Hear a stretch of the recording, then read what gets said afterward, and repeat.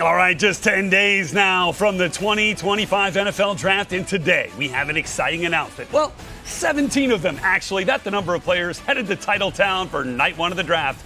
We reveal who gets their moment on stage with the commissioner this year, right here on Path. The 2024 NFL Draft is now underway. The Chicago Bears are now on the clock with the first pick, Caleb Williams. The Bears with the second pick, Jaden Daniels. So it is the reigning Heisman Trophy winner. The New England Patriots select Drake May, quarterback. The Arizona Cardinals select Marvin Harrison Jr. And Kyler Murray is grinning from ear to ear. There you saw Drake May walk across the stage. Last year as the number 3 overall pick to New England. This year the Pats hold that number 4 spot. Could the player they select also be in the green room this year in Green Bay, waiting to hear their name called? That is the name of the game today as we welcome you to another episode here of Path to the Draft presented by Harbor Freight. I am Rhett Lewis. This is our former NFL scout, Bucky Brooks. Charles Davis, Mark Ross will be along here shortly, and so will about 17 of the players that we're going to see walk across the stage in the green room. Can't wait to see those guys have their moment in that big hug there with Commissioner Roger Goodell. Yeah, whenever your name is called over the draft weekend, it is a dream come true. And so all these guys will have an opportunity to hear their name called. They'll go through the full gamut of emotions, knowing that they're one step closer to becoming NFL players. And that first player to hear his name called, likely a player we've been talking about for a long time, a quarterback from the University of Miami.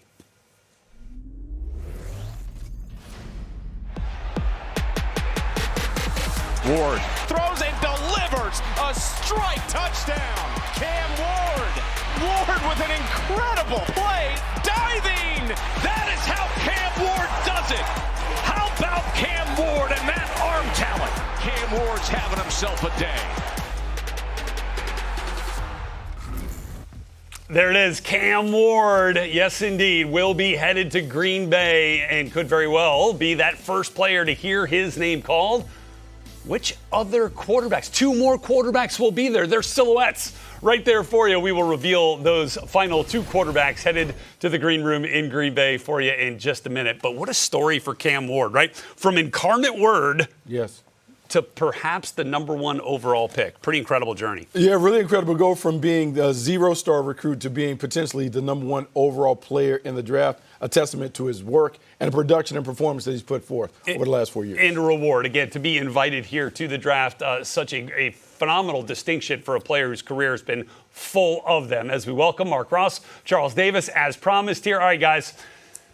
Anybody here who thinks that Cam Ward will not be the number 1 overall pick, raise your hand. Hands stay down. Okay, it is Charles. It's always one in the class. Just trying to be contrarian here. But look, I think we all do at this point anticipate Tennessee Titans making Cam Ward the number 1 overall pick. So Mark Ross, if that is in fact what happens, how do they put him in the best position to succeed? I'm going to start with off the field, and that's to provide as much stability and consistency around him as possible. Charles will get to the on-field stuff, but off the field, there's so much more to being a franchise quarterback, the number 1 pick, than just taking snaps. It's handling PR, community service, marketing department. Everybody's pulling and tugging at you. So as long as that infrastructure is there for Cam Ward, from ownership, from your head coach, from your GM, that should allow him to thrive. We saw that last year with Jaden Daniels, new ownership, new GM, new head coach, who really provided that infrastructure for him to thrive.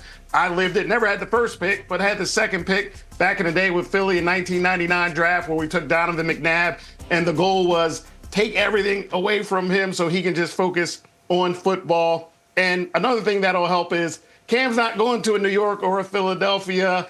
He's going to Tennessee there where there's a little less pressure, a little more anonymity there, as opposed to, maybe even in Knoxville, his own state where Charles just got rid of a high-profile quarterback. Mark, you've nailed it in so many ways on this one. I'll go to your infrastructure first. And you really hit on it there when you talked about what you guys did for Donovan McNabb to make sure that you kept it for football first. because, as you said, everyone else will tug at him. But make sure the football's taken care of, because the rest of it won't matter if the football's not good. For me, it's on field. We would think Brian Callahan, head coach, quarterback whisperer, would be number one. He's going to be a part of this, and I know Bucky had touched on that. But to me, it's Bill Callahan, his dad, the offensive line coach, as they retool that offensive line and get people in the right places to protect this young quarterback. J.C. Latham from left tackle moving to right. Dan Moore comes in at left tackle. Lloyd Cushenberry gets healthy at center. Peter Skoronski gets better at guard. And then I think their running backs right now are better than their receivers. So lean on them with Tony Pollard, Ty J. Spears in that group to try and help this young man acclimate quickly and get ready to go in the NFL.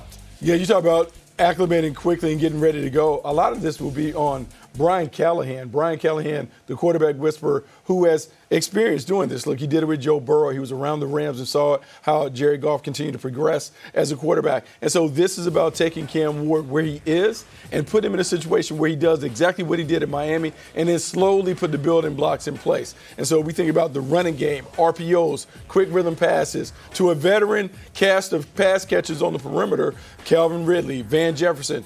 Just allow him to ease into the game. Try and put it on the veterans to be steady Eddie, and then allow the young guy to develop, because the talent is there, but you need the training before he can be the player that we all want him to be. Yeah, and look, I'm sure Cam, after spending some time in the green room with some elitely talented type of players here, especially the ones that are going to be in the skill positions in Green Bay, he'd love to maybe bring some of those with him, although I'm not sure that's going to happen. And so with that, let's lead off our first full position reveal by talking about a player who headlines the class as a two-way star.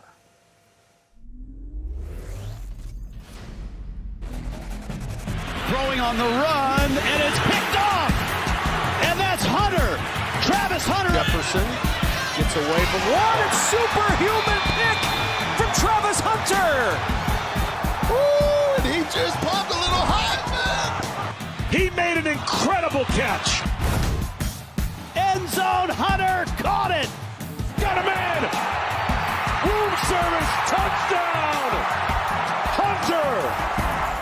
Running backs and wideouts headed to the draft. Ashton Jeanty could be the sixth running back selected in the top 10 over the last decade. How about Matthew Golden from Texas leading the list of three-ish wide receivers, right? If that's how you classify Travis Hunter. Plus, we get a look at Teteroa McMillan from Arizona as well. And so now, I mentioned three-ish, right?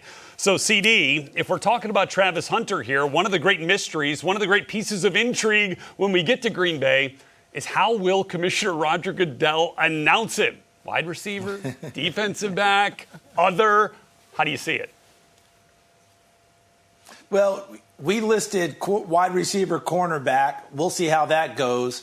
But to me, if you're polling the league, I think the people who signed the checks want to play wide receiver. I think he's going to be called a wide receiver when he steps across the stage. That's the sense that I'm getting. We saw him in the drills at the Colorado Showcase, and he did a lot of wide receiver stuff. I think that's ultimately where he's going to end up first when he gets his name called by the NFL. Charles, can't disagree with you there, but it really depends on which team takes him and what their immediate need is for Travis Hunter to have that play that primary position. But when you're just looking at the draft, he's not making it past 3. And then when I'm looking at Cleveland and New York Giants, the immediate need I see is at wide receiver. So they should announce him at receiver. I mean, he may be Cleveland's best receiver. Sorry, Jerry Jeudy. And then pairing him with Malik Neighbors in New York would just have the fans there in a frenzy. So that's where I really think his floor is either 2 or 3 with the immediate needs at receiver. So announce Travis Hunter as a receiver. Oh, we can't just call him a wide receiver. We're doing a disservice to him as the athlete. We can call him an ATH. That's what we do when he was coming out of high school because he was so dominant as a wide receiver and a DB. Why are we going to short him now because he gets to the pros? Let's announce him as an ATH. Let's figure it out. Let's let the offensive coordinator, defensive coordinator duke it out, figure out how they can create packages on each side of the ball so he can shine. He is too good to be kept in a silo somewhere, not able to play with the rest of the barnyard animals. We got to put him out. We got to let him play. We got to let him play with everybody. I want to play offense and defense. He is the best ATH that we've seen. I want to give him a chance to play both sides. Let's go to another big-time playmaker there in Boise State's Ashton Jeanty. Feels like a player that has the talent to go up way up there in the top 10. We've talked about him a lot at number 6 to the Raiders.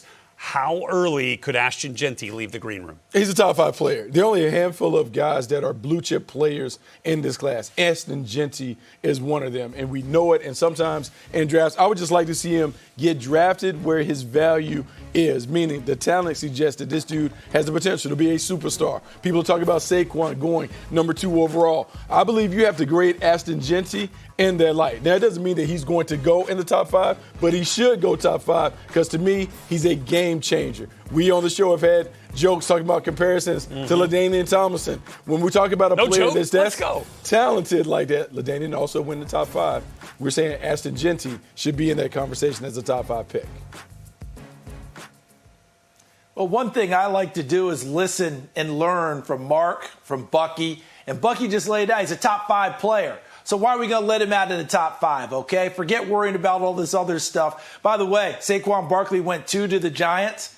Everybody gave Dave Gettleman a lot of grief at the time because he said, guess what? He's got Hall of Fame potential. Anyone laughing anymore? I don't think so. So guess what? Ashton Jeanty in the top 5? Cleveland would be ideal, guys, with Kevin Stefanski and his offense and that lead back for what he likes to do with the 3 tight ends and the big offensive line. But I think where it stops, potentially, Jacksonville at 5, with the Raiders sitting there going, what? Because, Mark, I think the Raiders are in big play here for him at 6.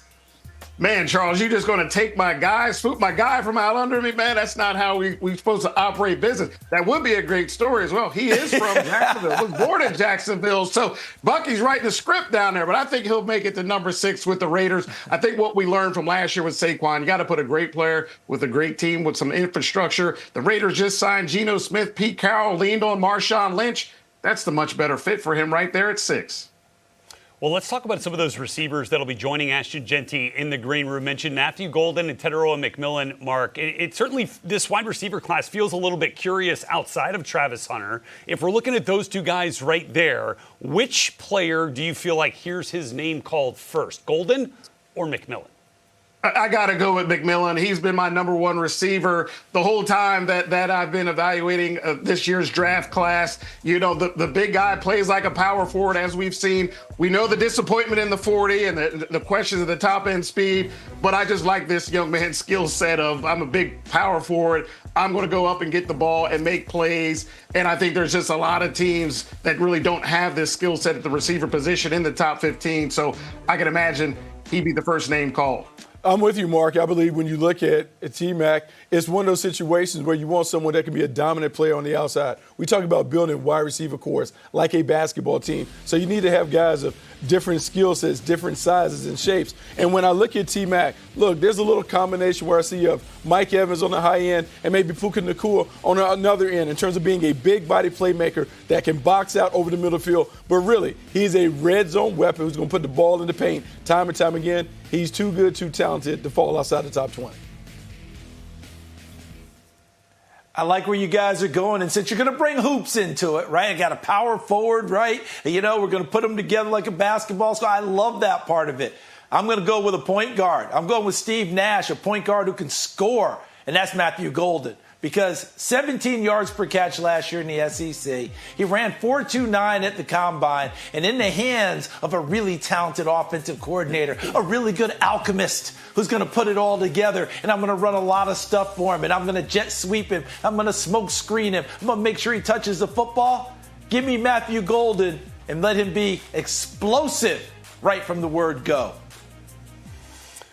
Boy, it's an interesting debate, no question, and can't wait to see which one of these receivers comes off the board first when we get to Green Bay. Well, unfortunately, here on Path to the Draft, we do have some sad news to pass along. In Houston over the weekend, former LSU wide receiver and draft prospect Kyron Lacey died Sunday at the age of 24. We, of course, want to extend our sympathies to his family and former teammates. We'll be right back.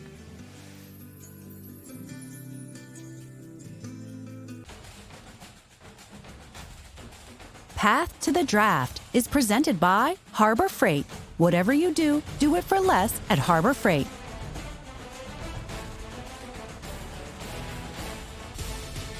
The countdown is on for the 2025 NFL Draft presented by Bud Light. Watch all 7 rounds across 3 days live starting April 24th through the 26th with NFL Network draft coverage presented by Verizon. Also streaming on NFL Plus and on ESPN, ABC, and ESPN Deportes. Subscription required for NFL Plus. Now let's reveal the rest of the QB group headed to Green Bay for the festivities. Well, now you know Cam Ward is going to be there, but the drama at the QB position certainly rises once he's off the board. Could Jackson Dart from Ole Miss be the next to leave the green room? And Alabama's Jalen Milroe in attendance, bringing perhaps the biggest intrigue of all those headed to Green Bay to hear their name called.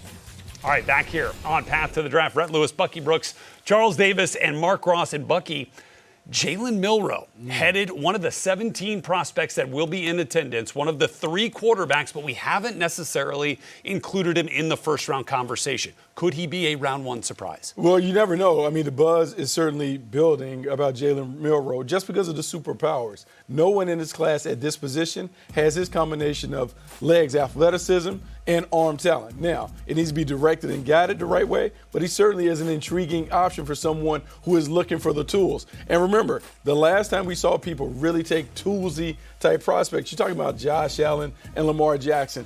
Jalen Milroe gives you an opportunity to build around someone who has special talents. Now, is that first round worthy? I'm not ready to say that, but I do believe in the second round, top of the second round, we could hear Jalen Milroe's name called. Yeah, no question about it. You mentioned those traits, Bucky, and that's what it really comes down to. He has things that people just go, if I get that young man, I'd love to work with him. Another guy you were talking that should be in that conversation, Anthony Richardson. Remember the rise of Anthony Richardson all the way up to number 4 to Indianapolis Colts. A lot of comparisons can be made with Jalen Milroe and Anthony Richardson. Now, momentum seems to be him going in the second round, but we've seen a lot of things happen along the way, haven't we, guys? You're never quite sure. And by the way, he sure looks the part. Every night right before the draft started, I asked my scouts, what's going to be the biggest shock tomorrow during the draft? And something would always happen that no one predicted. Now, if this happens, I will be absolutely, completely shocked by this if Jalen Milroe goes in the first round. And the comparison you made there to Anthony Richardson there, Charles, I think that would be in a negative way where people will say, well, you know what? We just went through this with the 4th pick or even a Trey Lance a couple years ago, kind of raw prospects, not proficient in the pocket, to say, let's just pump the brakes on this a little bit and get him in a proper spot. I can't see that happening in the first round with Jalen Milroe, despite a lot of the positives that you guys accentuated. So if he does get taken, that would be a shock to me. Charles Davis, talking about the 3rd quarterback who will be in the green room, Jackson Dart, one of your favorites, of course, as we've seen throughout your mock draft history over on NFL.com. How do you see his draft range at this point?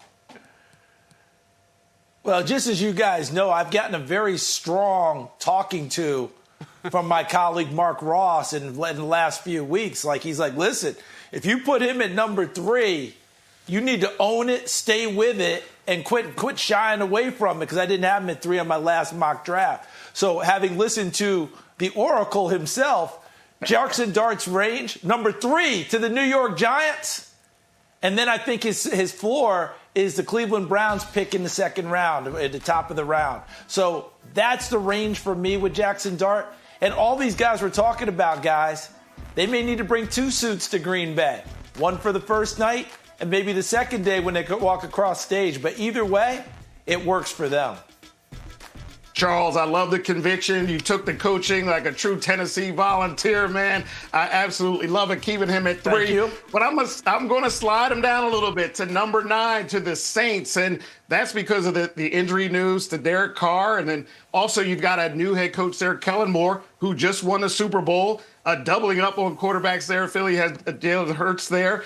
Just won a Super Bowl there. Knows the importance of we have to have this guy. Spencer Rattler, who they took last year later on in the draft, had plenty of time to play. Not sure he's the answer.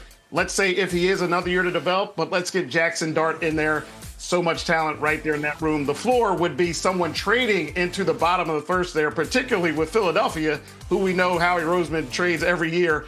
That would be the floor for me at Jackson Dart. Well, there's no doubt he's a very talented player. He's super athletic. He has the ability to make plays in the pocket and also on the move. And in playing in Lane Kiffin's system, you saw what he could be at the next level. To me, we think about the Pittsburgh Steelers at 21 is where he could begin to hear his name called. And then going down to the Saints at the top of the second round, maybe at 40. And the reason why I'm very comfortable with those ranges is that's about where his talent would met out when you compare him to some of the other guys on the board. I know we talk about quarterbacks being pushed up, but if we grade the player for who he is, man, we're talking about bottom of the first round player, a guy who can be an eventual starter in the league, but it may take some time for his game to pop at the next level. Yeah, I think that's a good point you make, Bucky, because if you're rating him along with all the other players in this class, right, that's probably where he lands, somewhere in that 21 to 40 range based off overall ranking. But of course, we've seen quarterbacks get pushed up the board a bit. Speaking of QBs, let's detail the latest here from Tom Pelissero. With 10 days until the draft, got some teams wrapping up those visits. Shedeur Sanders is in Las Vegas as of tonight to see the Raiders. That, according to Tom and Rap Sheet, while Abdul Carter visiting with the Patriots, who are picking there at number 4. All right, coming up, our draft attendee reveals roll on with a list of defensive backs who will walk the red carpet, get a hug from Roger Goodell 10 days from now. And one of those elite DBs is going to join us live. That's next here on Path to the Draft, presented by Harbor Freight. Hey, get more of the NFL with NFL Plus. Follow the journey of future stars and stay connected throughout the offseason with coverage of the NFL Draft and more, all in one place. Subscribe today at plus.nfl.com. Terms and conditions apply. All right, back here on Path to the Draft, continuing our draft attendee reveal, looking at the defensive backs. Not sure, though, if the team that drafts Travis Hunter will call him one of these, but as we showed you with the offensive skill reveal, he'll be there. So will Will Johnson, defensive MVP for the Wolverines in the 24 National Championship game, and Malachi Starks, a bulldog with serious bite at the safety position. Malachi Starks can be a big-time name once we get to Green Bay and the draft. Klubnik lets it go deep and intercepted by the All-American Malachi Starks. Oh my goodness, Malachi Starks with a brilliant interception. Wow. And it's our pleasure now to welcome one of the 17 attendees at the draft in Green Bay from the Georgia Bulldogs. That man you just saw those highlights of. Malachi Starks is here with us. Malachi, what's up, man? Thanks for being here with us. Thank you for having me. How y'all doing? We're doing great, man. Bucky Brooks, Rhett Lewis here with you. Congrats on being one of the 17 players invited to be at the draft in Green Bay. You've been working for this thing your whole life, man. All through high school, through Georgia, and now you get that invitation to go to the draft. Is that one of those moments that kind of makes it all feel like real to you? Yeah, I think, you start this game off as a kid and you just kind of have that vision of walking across that stage and, meeting certain people. And, I'm not saying it wasn't always true, but it was just always like a dream of mine. And, the day I got that call it was definitely one I'll never forget. Thinking about it being a dream of yours, at Georgia, you guys have so many guys that go on from playing alongside of you to being able to play in the National Football League. What are some of the things that you've learned from watching so many guys go from wearing that uniform to being able to play in the National Football League? Yeah, just, the things that we do work. And, also just watching those guys all the years I've been there and just watching the things that they do and how they carry themselves. It's really like a pro mentality. So just really taking that with me and carrying it through my career and, wanting to bring that into league as well. I think that's something I've learned from all those guys. And along those same lines, Malachi, we got a photo of you. If you were already committed to Georgia, you got a home visit around Christmas time with head coach Kirby Smart, and then you get to play for him, right? You get to play there in your home state of Georgia. If you look back at that photo and you think about where you were as a football player then to where you stand right now, man, where do you feel like Kirby Smart and Georgia in particular helped influence your growth? Yeah, I was young and inexperienced. I I thought I knew ball, but I really didn't. And they just kind of helped me see it through another lens and really just tap into that potential and, the things that I had inside of me that, I didn't see, but they were able to see and they brought out in me as well. So that's just crazy just to look back and see that. It's funny, Malachi, because so many people have been fascinated by Georgia's culture because you guys kind of rose to the top. You've been on top for a while. And everyone talks about the culture and the environment, but I'm really focused on the practice habits. Everyone talks about how competitive your practice habits have been. They talk about Bloody Tuesday and some of the things that you're all about. So explain to me, give me a little peek behind the curtain. What goes on in practice that prepares you guys to play well, not only at the collegiate level, but at the next level? Yeah, I think it's just the intensity. And you look back on it, it starts at the head coach. He's on everybody just how he is at us. And I think, the guys kind of buy into that and they see that it works. If you look at the history, like you had said, I know for me as a freshman coming in, just watching the guys that came before me and he's like, hey, if it works for them, why can't it work for me? So just kind of buying into that and just kind of carrying that mentality. Practices are harder than the games, which is why we're able to play at such a fast level. So just buying into it and everyone, buying into the culture.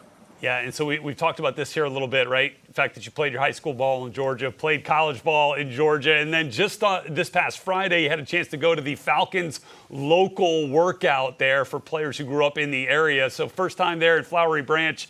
I mean, should we make it the trifecta? High school, college, and NFL all in the state of Georgia? Yeah, that'd be crazy. I've never been to the facility, but I actually I play AU basketball 2 minutes from the facility, but I've never went to the facility. Wow. So it's Look, that's a fantastic thing. So you had an opportunity to go to an NFL facility and see what it looks like. But when you have an opportunity to watch games on Sunday, is there an NFL player that you pattern or model your game after? Yeah, there's a couple. I think when you look at them, my biggest thing is I like being versatile. So I like to look at guys like Kyle Hamilton, Buda Baker, Tyrann Mathieu, Xavier McKinney, guys that can really move around and produce at a high level, but also are very knowledgeable about the game of football. And I think, I kind of modeled my game after that and just kind of took pieces from them and put it in mine. Also Brian Brents, guys that can really just, like I said, move around and produce at a high level. Well, Malachi, the thing that sticks out to me when I watch you is those ball skills. And we saw it right there on that XO tape that we were just playing as you were talking right there. I mean, you go up and get the thing now like a receiver. Where does that come from in your game?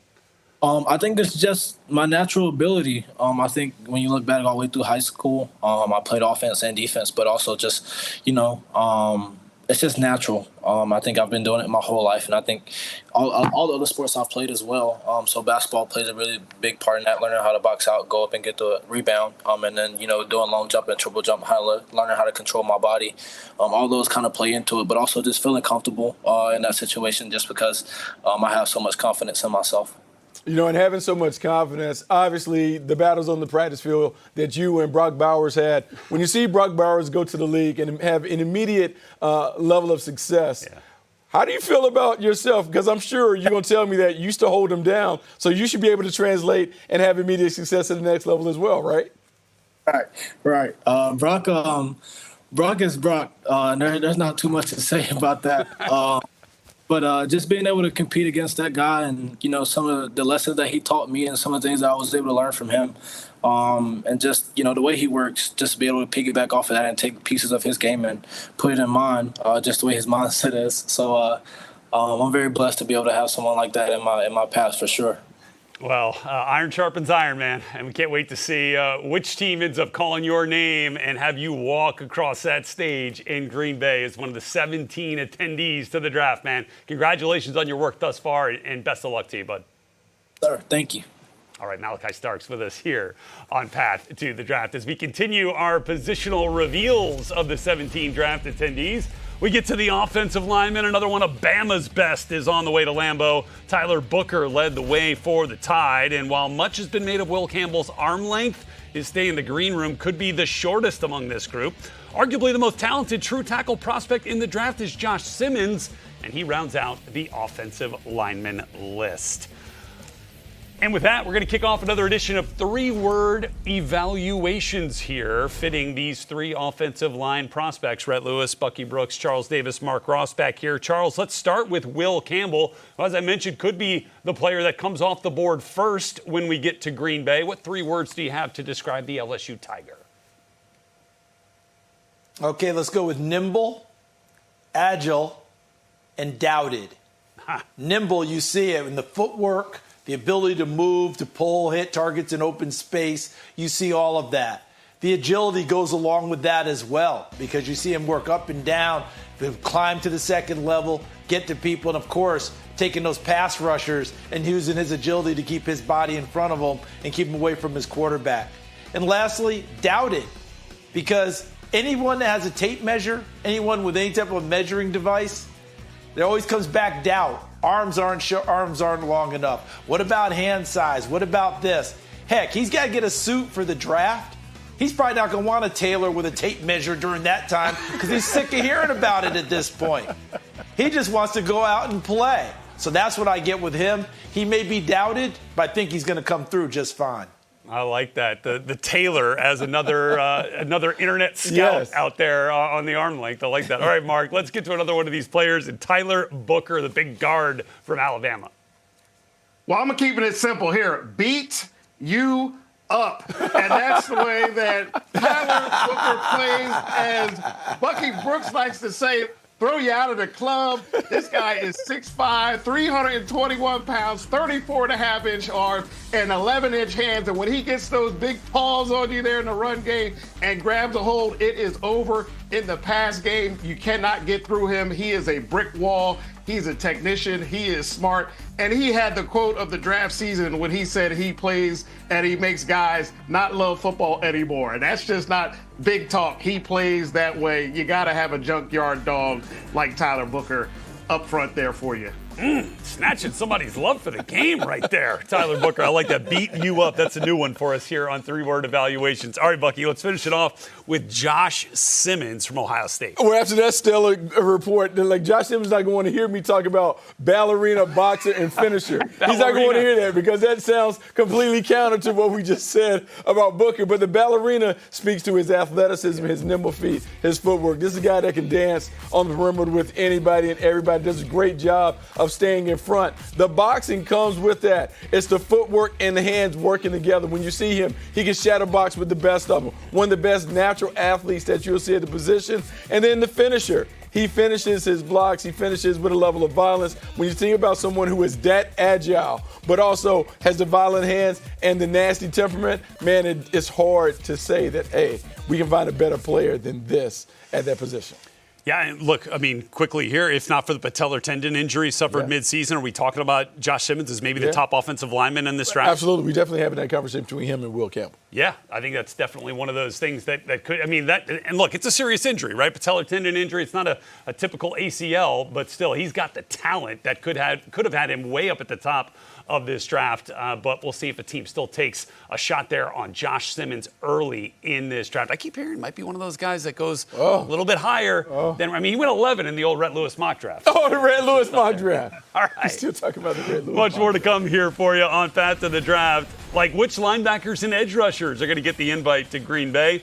Our final attendee reveal of the day, plus Bucky's franchise fit for each of them. That's next here on Path to the Draft.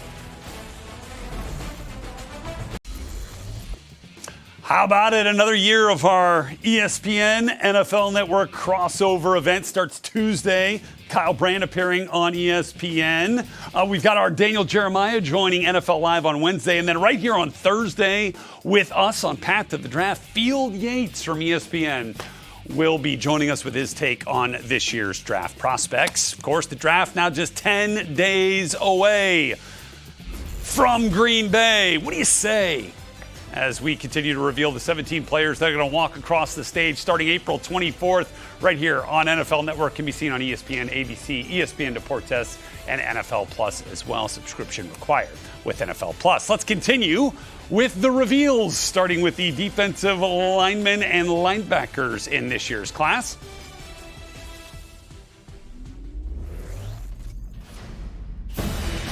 Dart under heat, lost the football. He got hit by Abdul Carter to the 26. Abdul Carter, the Defensive Player of the Year in the Big Ten. Nowhere to go. Boy, look at Abdul Carter lacerating that offensive front.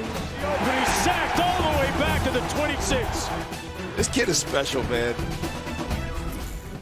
Some serious talent on display among the D-line and linebackers, led by a player who kind of does a little bit of both in Alabama's Jahad Campbell. Deep D-tackle draft class headlined by Michigan's Mason Graham. And look at that trio of edge rushers representing Abdul Carter, Shamar Stewart, and Georgia's Mykel Williams. And with that, it is time for Who to Watch, presented by Harbor Freight. Rhett Lewis, Bucky Brooks, back here with you, talking about some of these top defensive line prospects here and where we may find them when we get to the draft. Right there at the top of the class, maybe the top player in this entire draft class, regardless of position, Abdul Carter. Where do you think he fits best? Well, he put a target on his back the other day when he tweeted a little picture of Lawrence Taylor. And so let's put him with the New York Giants because he has that kind of talent where he can be a difference maker off the edge. I just love what he's able to do. First step quickness, burst, the bendability, being able to get home consistently. You see it time and time again. And at a time where everyone is looking for the next Micah Parsons, the guy that can be the hybrid player that can be disruptive in the backfield, whether it's tackles for loss or sacks, Abdul Carter has those special traits. Okay, I mentioned Mason Graham as the top interior defensive line prospect in a draft class full of them. Where do you feel like Mason Graham finds his way in the league? Well, look, we're going to bring him, let's go to Charlotte. Let's put him down with the Carolina Panthers because when the Carolina Panthers have been dominant, it's because their front line has been able to dominate at the point of attack. You put Mason Graham alongside Derrick Brown. Now you have two guys that are relentless competitors at the point of attack. He is an animal when it comes to nonstop quickness, energy, heavy-handed, relentless in his pursuit of the ball carrying the quarterback. To me, he's a culture changer. I want to put him alongside Derrick Brown. Well, there's a few reasons that make Shamar Stewart from Texas A&M shine. Smile is one. Yes. Athleticism is another. Where does that shine take shape in the league? Where do you have him? Okay, let's put him in the desert. Oh, bang. Arizona Cardinals. And the reason why I want to put him in Arizona, you know they just signed Calais Campbell, and so I want to make sure I give him a mentor. He has tremendous potential, great physical tools and traits, but it hasn't translated into the kind of performance and production that you would like to see. Well, now if you put him in the desert, you put him in the Cardinals with Calais Campbell able to kind of talk to him, whisper those sweet nothings in his ear, maybe, just maybe, we see a five-star player play like a five-star player at the next level. I like that a lot. I like that mentorship you're talking about there. As we get to Mykel Williams from Georgia, there's a little bit of that, what you were talking about with Shamar Stewart. Not as much production as maybe the traits would suggest. Where do you feel like he fits and finds his NFL potential? Let's put him in Baltimore because I want him to be the bully that he can be.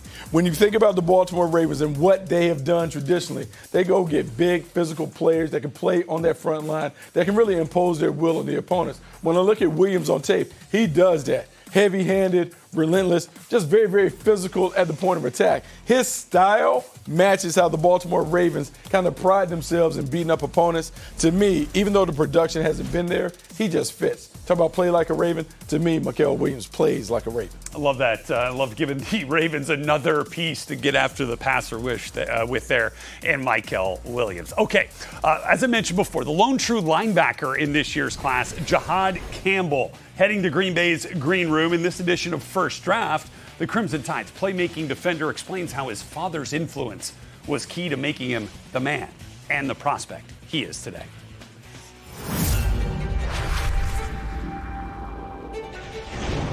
My biggest inspiration is definitely my father. He taught me different things in life. One thing I always picked up was how you do anything is how you do everything. That was, a big quote right there for me. Going through my life and what I wanted to accomplish, the habits that I chose to make, commitment and dedication for the love of the game, which is why I'm here today. Jahad Campbell, and I play linebacker at the University of Alabama. 3rd and 9, Neubauer in trouble. Down he goes, Jahad Campbell. Every time I get on the field, I want to crush somebody every single time. Jahad Campbell, level him. My style of play is just being everywhere, causing havoc. That was denied. It was Campbell getting in there. Run with receivers down there in the 10-2 playing middle runner, just rushing the edge, blitzing through the A-gap as a stack backer, playing run defense, and all those different things that definitely add value to my game. Running. Down he goes. Jahad Campbell on the takedown. I'm Mr. Can Do It All. Relentless competitor, team leader, consistent player. At the end of the day, I want to win. Draft night is going to be amazing. Whatever team get me, they know that they get a dog, a very genuine person, a guy that's ready to come in and work. He's going to represent everything. Just all the sacrifices that I made, that my family made for me and my life, just understanding we didn't come this far just to come this far, and there's a lot more to come. All right, when we come back, which prospect will call the hallowed halls of Lambeau Field home next season? We'll focus on the draft host Packers and their first-round pick next on Path to the Draft, presented by Harbor Freight. All right, back here with you on Path to the Draft, recapping the 17 players headed to the draft in Green Bay, 10 of them coming on the offensive side of the ball, including potential number 1 overall pick Cam Ward, along with 2 of his quarterback draft classmates. On the defensive side of the ball, we didn't have a player walk across the stage on the defensive side of the ball in the top 10 last year. That will change this year. A number of these guys you see could be gone, including edge rusher Abdul Carter, who might be the first defensive player to hear his name called. All of that, of course, happening in Green Bay. The NFL Draft presented by Bud Light coming to Titletown, and it's your chance to witness the future of the game for free. Experience the history of Lambeau Field. See the Vince Lombardi Trophy, Super Bowl rings. You can also meet NFL players and legends. The NFL Draft starts April 24th in Green Bay. Register for free entry at NFL.com/draft access today. All right, and with that, it's time for Pack Your Bags. Love what we did right there, putting a little Lambeau Field into that animation. Rhett Lewis, Bucky Brooks, Charles Davis, Mark Ross, back here with you. Guys, let's talk about the player that could be heading to Green Bay, calling Lambeau Field home. Charles, do you have a player that you think is going to end up there in green and gold? Yeah, I think he just needs to pack an extra bag because it's Will Johnson, the cornerback from Michigan. He's going to be in attendance for the draft, get his name called, and you know, after you do the interviews at the site, they put you on the private plane and they fly you to the city where you got drafted. No flight necessary. Just extend the hotel stay for Will Johnson. They need him on the back end of that Packers defense. Some uncertainty with Jair Alexander. You've got to make sure those corners are protected for the defensive coordinator, Jeff Hafley. Charles, love the position. Just going to go with a different player, and that's Kentucky's Maxwell Harrison, a completely different player than Will Johnson. Will, bigger, smoother athlete. I thought Maxwell was the most electric corner there was, maybe outside of Travis Hunter there, but elite ball skills, movement, quickness, speed, completely blew it up at the combine. He did get injured this year, so still has some upside there, but they really need somebody there in that Packers secondary that can just go match up man-to-man in that division there. They got Detroit, Minnesota, so many big-time receivers in the division. He's my stickiest man-to-man cover guy that the Packers need. Look, they're really sticky in the back end, and I agree with all of you guys when it comes to those DBs. But there's something about the Green Bay Packers where they're always 1 year ahead of the curve when it comes to adjusting up. So Gray Zabel from North Dakota State could be the pick there, the versatility that he adds on the front line. And we talk about the green and gold. He already has that, being with the Bison for so long. He knows what it is. Doesn't have to change the wardrobe, understands the weather, understands the conditions and the temperament. And for the Packers, a team that prides itself in always having one of the top offensive lines in ball, sometimes you go and address a position before it's a glaring need. This would give them an opportunity to get a really good player at the right pick. Love the versatility that Zabel's skill set would provide the Green Bay Packers to get their best 5 out there in front of Jordan Love. All right, that's going to do it for us on this edition of Path to the Draft. Big episode of the Insiders coming up tonight, of course, right when we finish here, but also tomorrow when Mel Kiper will join the Insiders, and then Field Yates going to join us here on Path on Thursday. Have a good one, everybody.